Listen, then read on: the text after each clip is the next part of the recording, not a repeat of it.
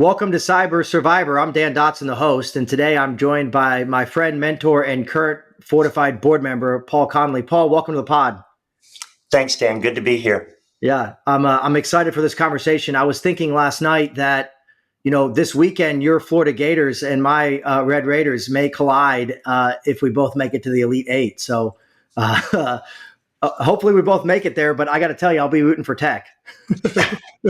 I have a pact with my two brothers to head to San Francisco Friday morning if the Gators win Thursday night. So I may be there in person. That'll be great. We'll have to catch up on that. But great success for both those organizations. And, University of Florida is a great place for us to start. I know that's obviously where you went to school. Just tell the audience a little bit about your background and journey into cybersecurity to kind of help set some context. It's a strange path for sure. I was an agriculture major at the University of Florida, bachelor's and master's degrees, and somehow the National Security Agency ended up making me an offer. I was thinking about becoming a blueberry farmer, and it was a horrible economy. So I had gotten married and I needed to get a job, and I went to the placement center, and it was actually the CIA was recruiting, and they got me involved in the security clearance, and it turns out the NSA offered me a job. So I went there not really having any predisposed idea about what is now called cybersecurity. Back then, the term didn't even exist. This was 1984, and but it just created this fantastic opportunity where I found that I loved this idea, and the thought of fighting bad guys and helping protect people and enabling businesses to be successful and so forth. Just, I found that each step of the way, I just loved it, and got a huge break. Being part of a 3-year leadership development program at the NSA, where every 6 months they moved me to a new job for 3 years. So at the end of that 3 year, I had this really broad view of all the things that the agency did. And that, I think, gave me a really good perspective. And when you finish that program, they traditionally assign you to an outside organization to kind of put it all to work. And I got assigned to the White House, which was just an unbelievable opportunity.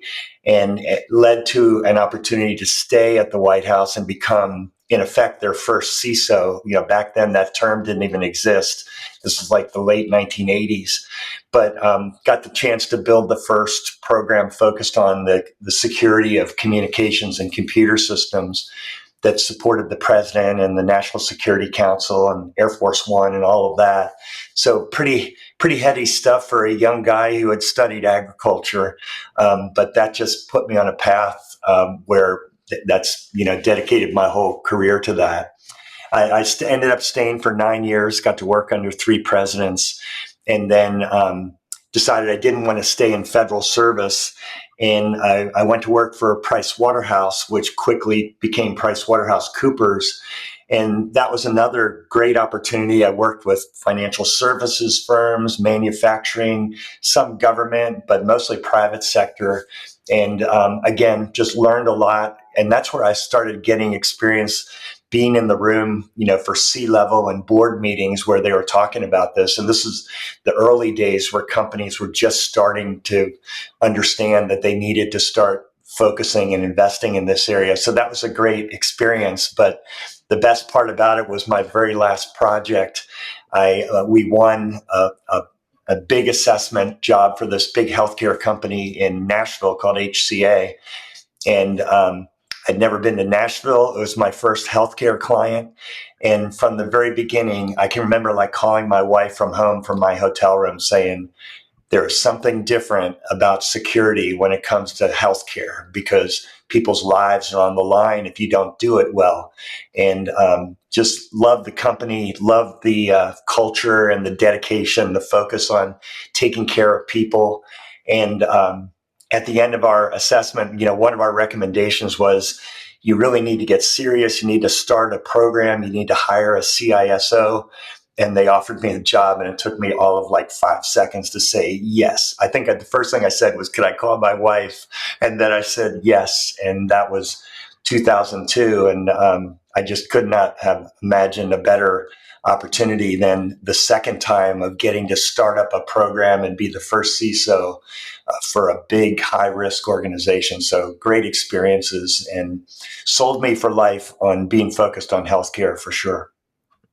No, that's a fabulous career, Paul. I always love hearing your stories along the way. I know you've had a huge impact on a number of people throughout the greater Nashville area and the country as it relates to, this industry of healthcare cybersecurity. And like you said, high stakes, right? Patients' lives are at risk, and what we do is really important. Part of what we want to explore on the podcast is the human side and the impacts that cyber events have on people, right? And that's people within the healthcare delivery environment, as well as, patients, et cetera. But before we get there, if you would kind of tell us what a typical day, I know there's no typical day, but what does a day look like for a healthcare CISO and that team as they battle every day to protect patients? What does that kind of look like? Well, I think you're right. There isn't necessarily a typical day, but I think the commonality, whether it's, a single hospital or a clinic or a big system like where I was at HCA, is, you never have all the resources that you need. And there's so many bases that you need to cover. I just think a lot of the day is spent switching back and forth, whether it's, giving an awareness presentation to this team or following up with this vendor on an issue that you're having, or working with the leadership team of another department to try to help them figure out how to incorporate some of your recommendations for improving their security. It just seems like you spend the whole day just jumping from one thing to the next. A lot of variety, very dynamic, a lot of change constantly. So I think for people who like that, it's a great place to be. Yeah, no, I think content switching is certainly one of the numerous challenges that cyber has in lots of industries. I think, to build on the context of what you said too, in clinical environments and health systems, clinics, et cetera, every dollar that we move to IT or cyber is a dollar we're taking away from the bedside, right? So making sure that we build programs that are strong and resilient, but also cost effective and efficient is really important. We used to have that same talk internally every year as we were putting together our budget. Before I would take anything forward, ask for a single dollar, I always wanted, within our leadership team and the information security team, I wanted us to be the toughest critics of every single thing we had in our budget for exactly what you just said, because every dollar we were spending on security was not a dollar we could spend on patient care. Yeah, absolutely. So constantly changing environment, very stressful, super high stakes, patient lives are at risk. What I want to now is explore, and I don't need details on the organization or the specifics around the attack, but I want to explore the human side of when an event has occurred that you've been a part of. And let's start with how did you first find out about the event, and what was the first thing that you thought of when you were informed that something didn't go as planned? Unfortunately, I've had a few that I can reference here, but unfortunately, nothing huge. But in each case, we were notified by the end users or maybe their local IT team that something was wrong. And at that point, nobody was sure whether it was security or not, but we needed to dive in to determine what it was. And, when you get that phone call, it's a million things go through your mind, quite honestly. And that's where your preparation, your training, your development of incident response plans, your doing tabletops, all that comes to the forefront there, that you hopefully have that muscle memory that put aside the emotional things and focus in on what are we doing to get our systems back and running so we can take care of our patients. And what was the first step that you took, or what recommended first step would you have if someone's faced with what could be a cyber event? Like, what was the first action that you took? Well, I think looking at it different ways. So one thing to keep in mind, if you're the leader, everybody's looking to you, for your cue. So a lot of it is internally staying calm, being matter of fact about things, unemotional. And that sort of sets the tone that you want your team. And I think so the first thing in each case that I can recall, the first thing I always did was pull together my leadership team. And in some cases, people are in their cars or it's over a weekend, they're off on trips and stuff. And it was like sending out a group text saying, hey, we need to talk right now. Here's the link, and just let everybody know this is what we know so far, and kind of methodically work through, okay, where do we go from here? Who's going to take on what? Who's going to communicate to whom? Those kinds of things. Get all of that started so that everybody right away has sort of their marching orders, and we're attacking it in a methodical way. Yeah. And once you found out did a little research, I'm assuming, and found out a little bit more about the situation, talk to me about that communication to other members of the C-suite. How did that go? What does that look like? What are some lessons learned in that area? Well, it's, the cases that I had, it always went really well. You kind of, if you're in a CISO role, I think maybe somewhere deep in the back of your mind, you always worry about like getting blamed or being the scapegoat when something goes wrong. And a lot of it goes back to the communication and the knowledge that you build up in that leadership team. But fortunately, in my cases, everybody kind of knew that we all knew this could happen. Let's not worry about pointing fingers or anything. Let's figure out what we need to do to get our, patient care systems back up and running. And so it's almost, in hindsight, almost humorous, because like as soon as I reach out to people, like when my CEO gets a text from me on a Saturday morning saying, can we speak? He immediately knows this is not going to be a good conversation. So it's kind of like people know when you're knocking on the door, that maybe it's the thing that we always wished would not happen, maybe happening. So it takes a little bit of the edge off. But it's sort of like what I said before about the preparation of IR plans and so forth.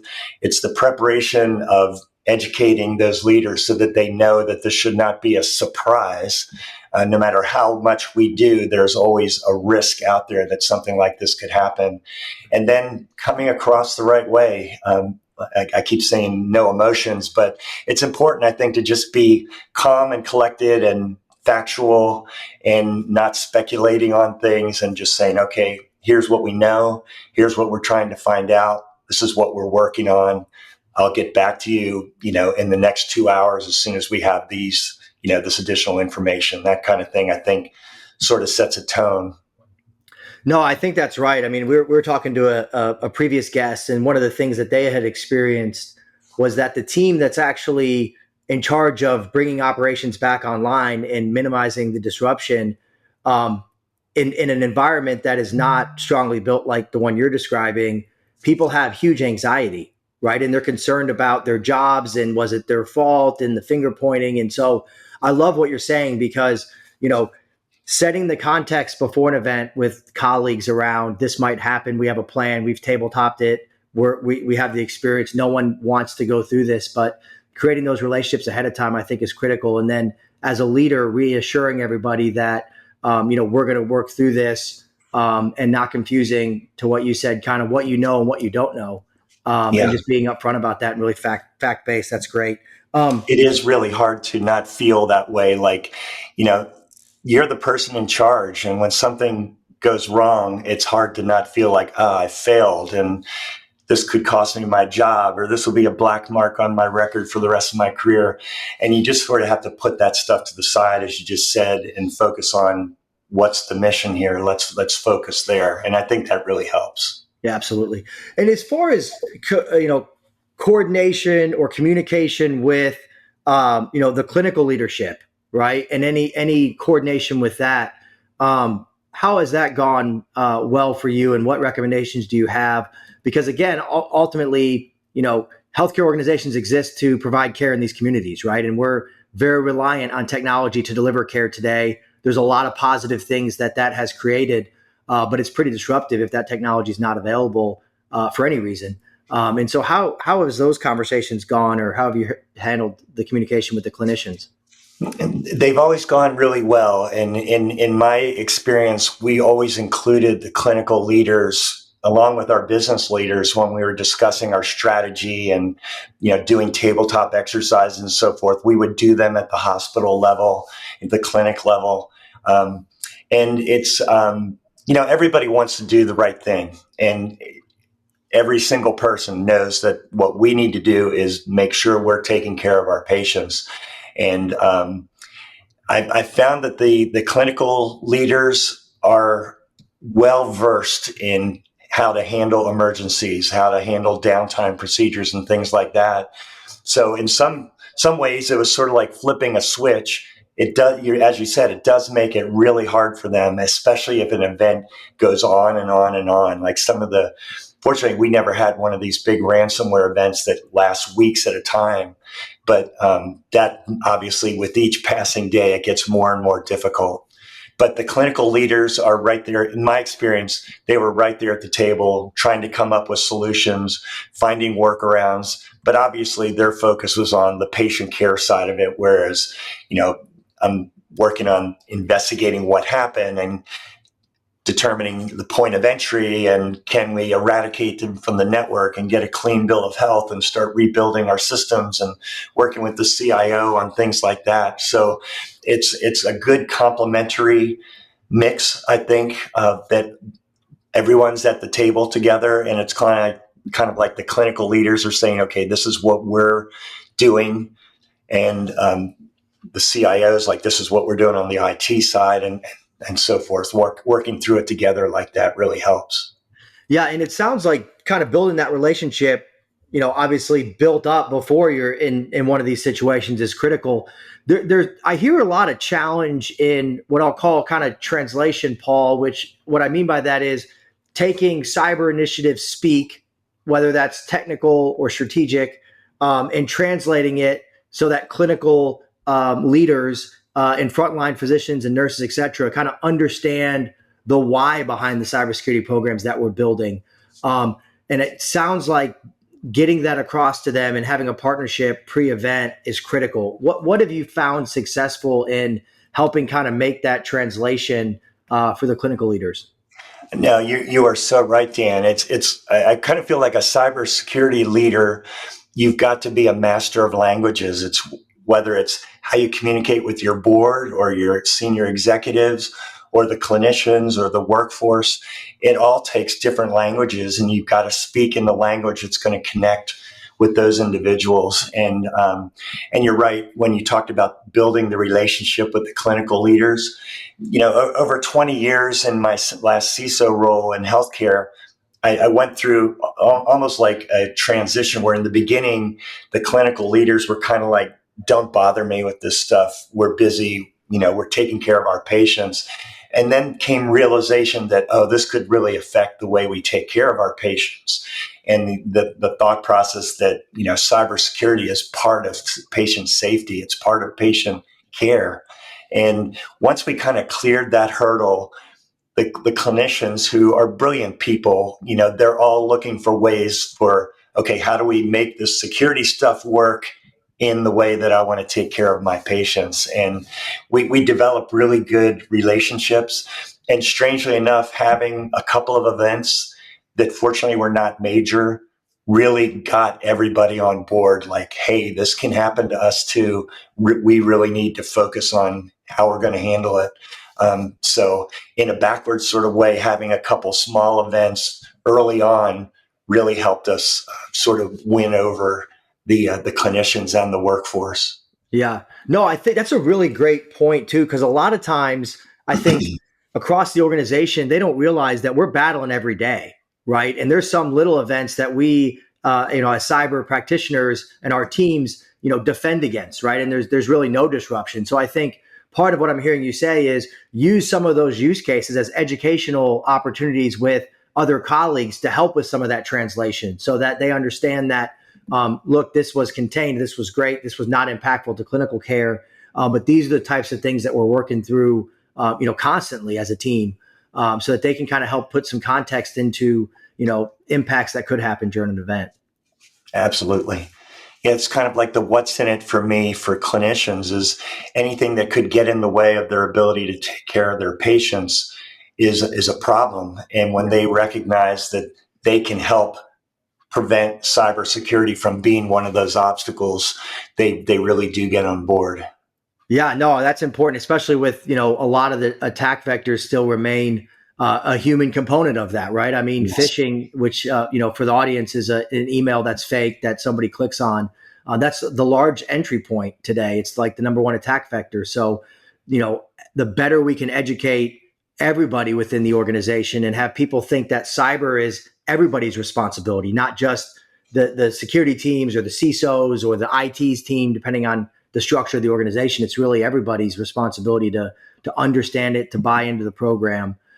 Any recommendations that you have on building some of that momentum within the organization to so that everybody feels cyber is a part of what they're doing? To me, the biggest thing, Dan, is not allowing yourself to operate in a silo.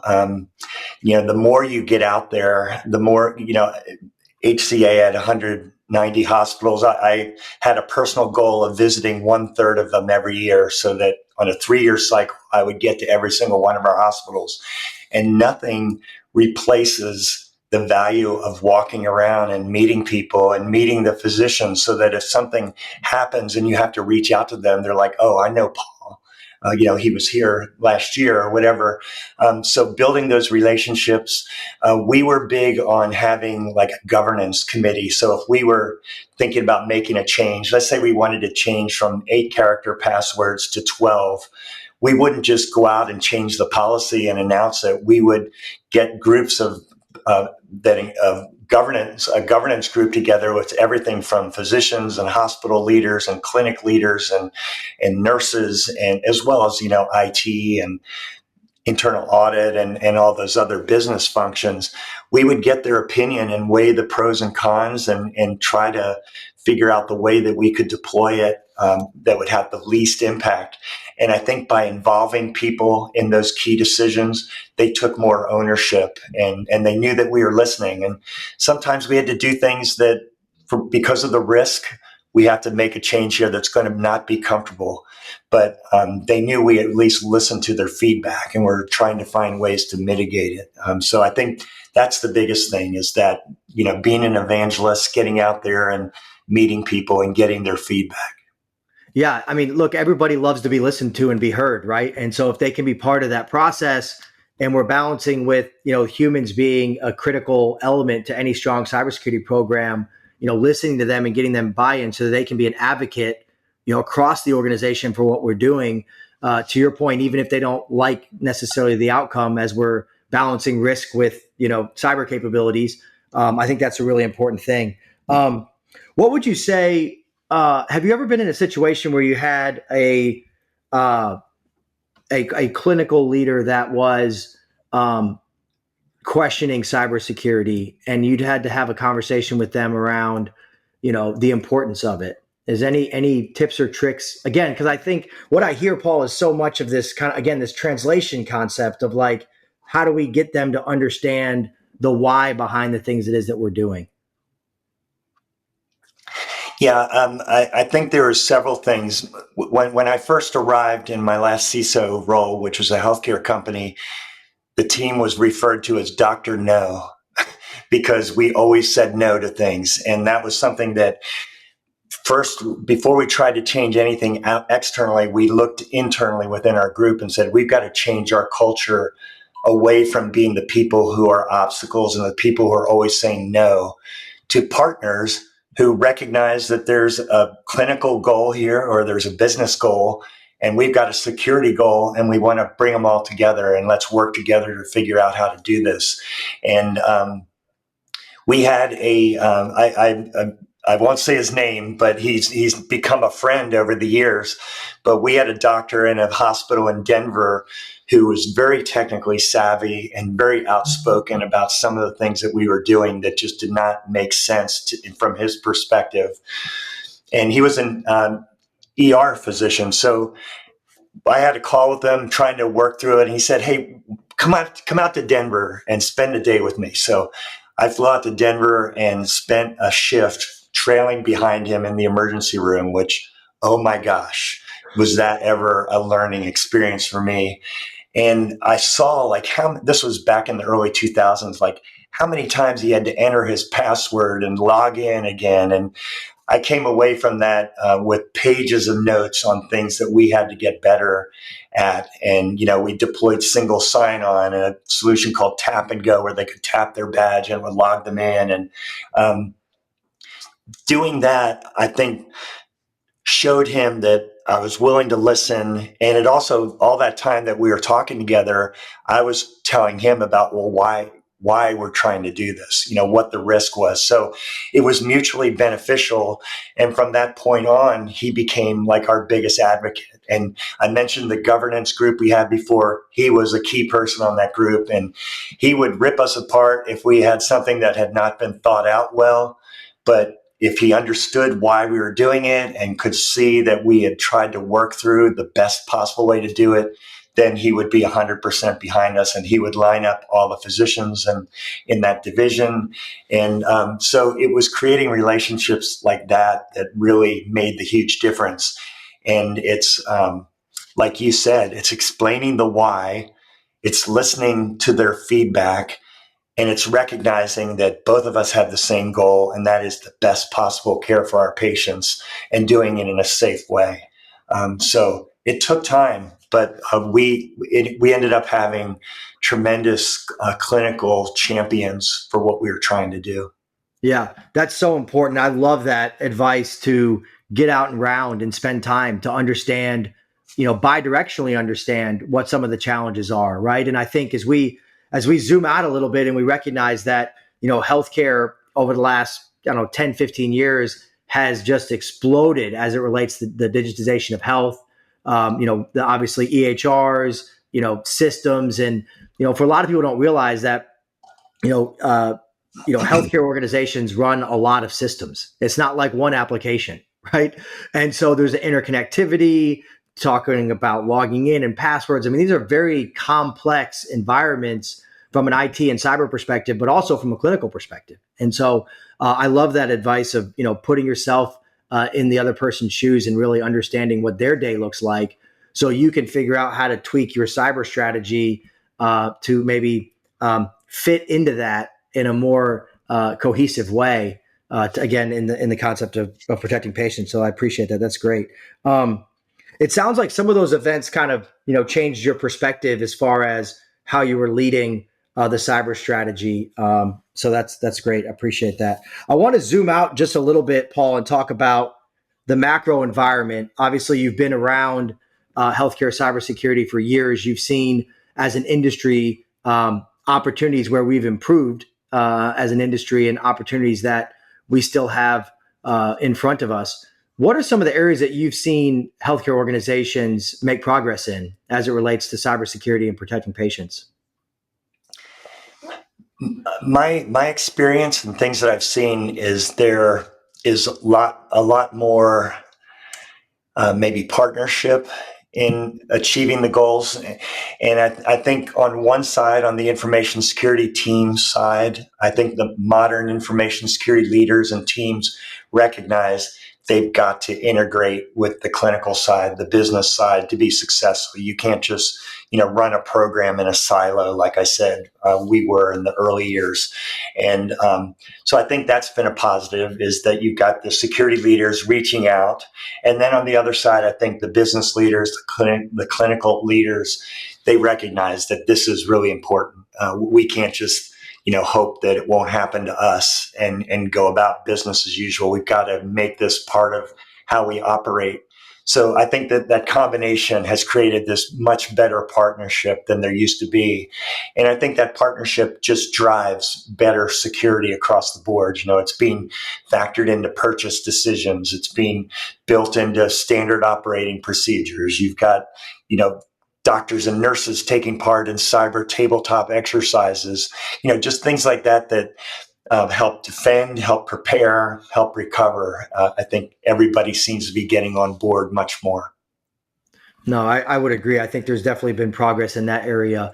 What are some of the areas that you think are, obviously AI, I'm sure, is one of them, as our healthcare organizations try to figure out how to responsibly use that.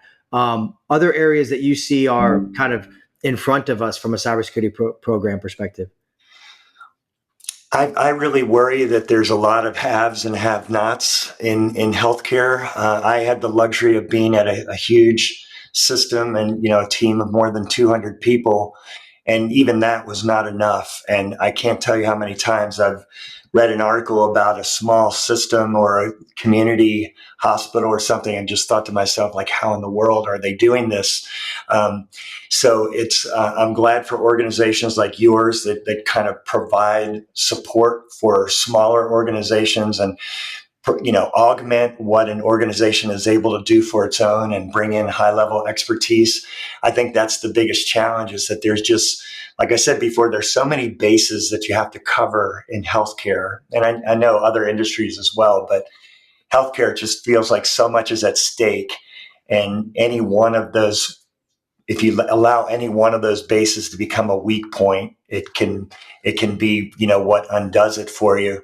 So it's just a lot of ground to cover, and even internally, and that's not even thinking about like third party risk and data sharing with all these other organizations and so forth. It's just a lot to do. I don't want to. I hope I'm not coming across sounding hopeless about it, because I know a lot of organizations do it really well, and obviously the role your company plays is a huge one.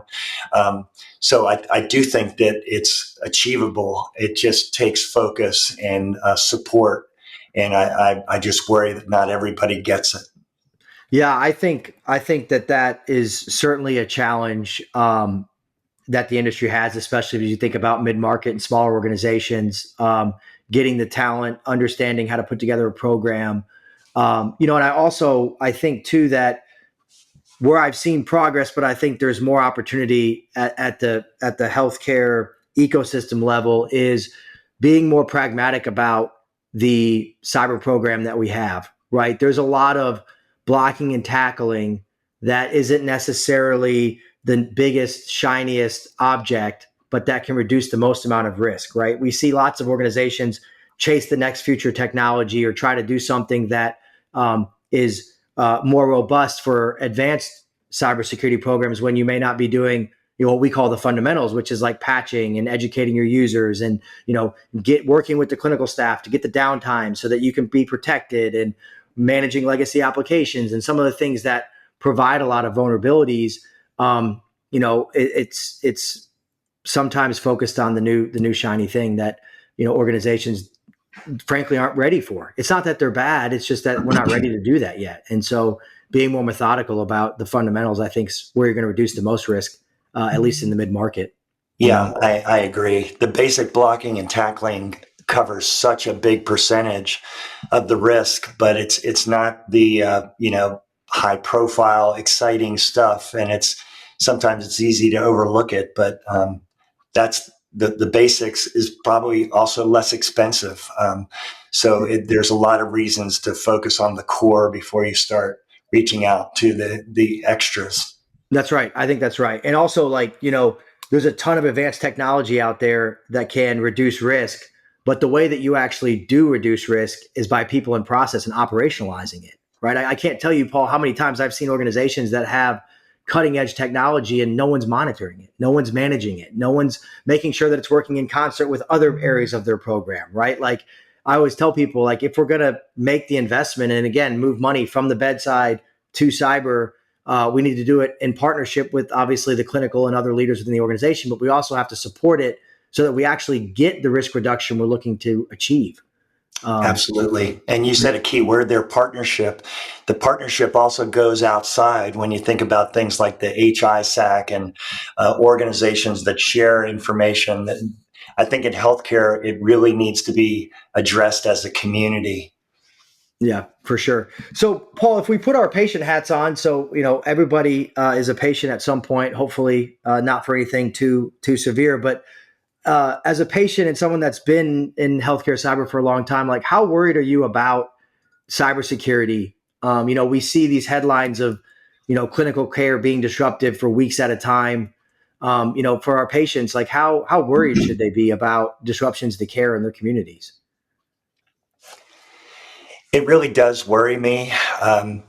I always kind of scoff. It seems like every time there's a story about, ransomware hitting a hospital or something like that, the press release from that organization always says patient care was not affected. And come on, patient care absolutely is affected if you're losing your IT systems for days or weeks at a time.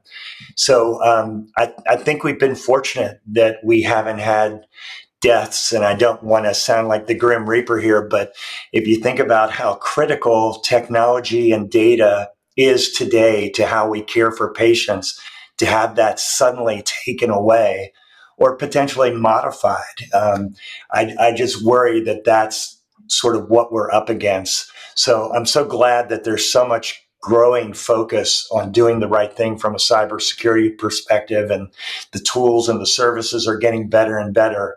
But it's definitely a worry. I like I said earlier, everybody's trying to do the right thing, and as you know, there's so much cost pressure in healthcare that every day the leadership of these organizations has to make really tough choices. And when you've got an opportunity to spend money on something that's going to improve your care of patients or spend money on security, that's a hard decision. It's hard to forego something that could be better for your patients.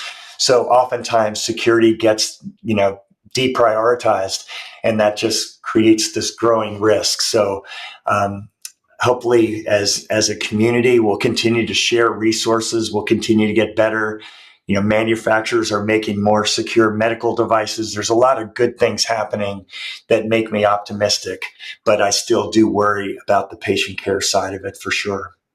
Yeah, I do too, especially because our adversaries recognize, that's one of the things I think's been changing over the last, call it 3 years, is we are seeing significant downtimes, right? And if you think about the adversary intent, the bad guys, the hackers, if you will, for the layman in the audience, they want to monetize their work effort, meaning they want to attack organizations that they can extract money out of. We hear this ransomware comment, and healthcare is so often attacked because they realize that there's this push-pull where we are so reliant on technology to deliver care. And so if they can disrupt that, they believe that there's an increase in likelihood to pay, which is one of the many reasons why healthcare continues to be attacked so much. And so I do worry about it as well.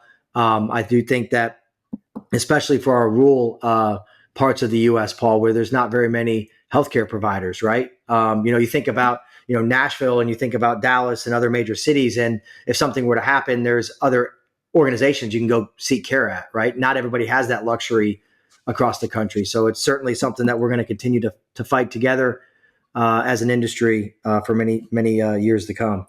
Yeah, Sure. I agree. Unfortunately, that healthcare that has sort of the ultimate leverage for the bad guys, because as we said in the very beginning, there are lives at stake. And as you said, it's the ultimate leverage to be able to coerce a payment out of someone, extort a payment out of someone. Yeah. It's interesting. Years ago, we did a tabletop exercise with the leadership team at my old company, and it was a ransomware scenario. And we talked about, would we pay a ransom? And the CEO beat his fist on the table and said, "I am never going to pay a pay a penny to a criminal for trying to, extort us with ransomware." And I was like, "I love what you just said, but let's talk through some of these scenarios. We potentially could have a scenario where we've really got to think about it. If they pull data away from us it could be life-saving information, and we have a chance to pay money and get that data back, wouldn't we do that?" And he kind of grudgingly said, "Yes, I could see that could happen." But the good side of it was, what does it take to make sure that we're never put in that position, was his response. So it's sort of that idea of never let a good crisis go to waste. The thought that we could be put in a position like that really drove incredible support for some of the things that we needed to do from a security program. Yeah, absolutely. And you think about the macro environment surrounding healthcare organizations, especially in the mid-market, that don't necessarily have some of the resources that the large organizations have. When they are not providing care, in the U.S., largely a fee-for-service model, their revenue impact is material, right? And so, obviously, the most important thing is protecting patients. But in order to do that, we have to have the financial resource to be able to do that. And so, when we see these downtimes, sometimes that revenue impact can be pretty substantial, right? And that causes a lot of pain. We saw that last year with the Change Healthcare, especially at the small physician practices where they couldn't get, payments. They couldn't get the cash flow done, right? And so it's certainly impactful for sure. Last thing I'll ask, Paul, is I know that you've done a lot of work in helping others think about board communication, as it relates to positioning cybersecurity as a patient safety issue or challenge. Any recommendations about working and educating boards, especially for the community hospital organizations that may struggle with this?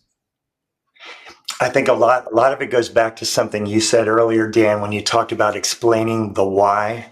I think boards are really bright people. Obviously, they're community leaders, they're industry leaders, they're top-notch clinical leaders.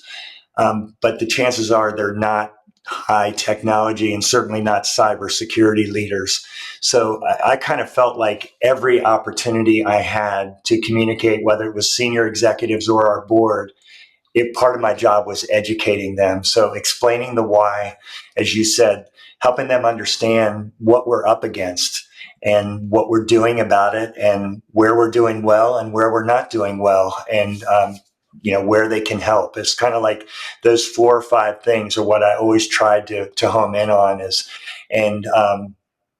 We did training for our board of directors. One year we did a cyber tabletop with them, which was fantastic. They were all so engaged, and it was like a watershed moment that from that point forward, every meeting, the questions were so good. The engagement was incredible. I used to do little things like I got permission to add a 1-page purely awareness, separate from my presentation, but in the board materials that would go out a week or so ahead of time, I would have a separate 1-pager in there that was just on a cybersecurity topic, purely educational. What is ransomware? How does it happen? How do you defend against it? Things like that. Or, what are the concerns with use of artificial intelligence? And what do we worry about with third-party risk? So it got to be that each quarter I was adding another brick into the foundation of their education of what cybersecurity is for a healthcare organization.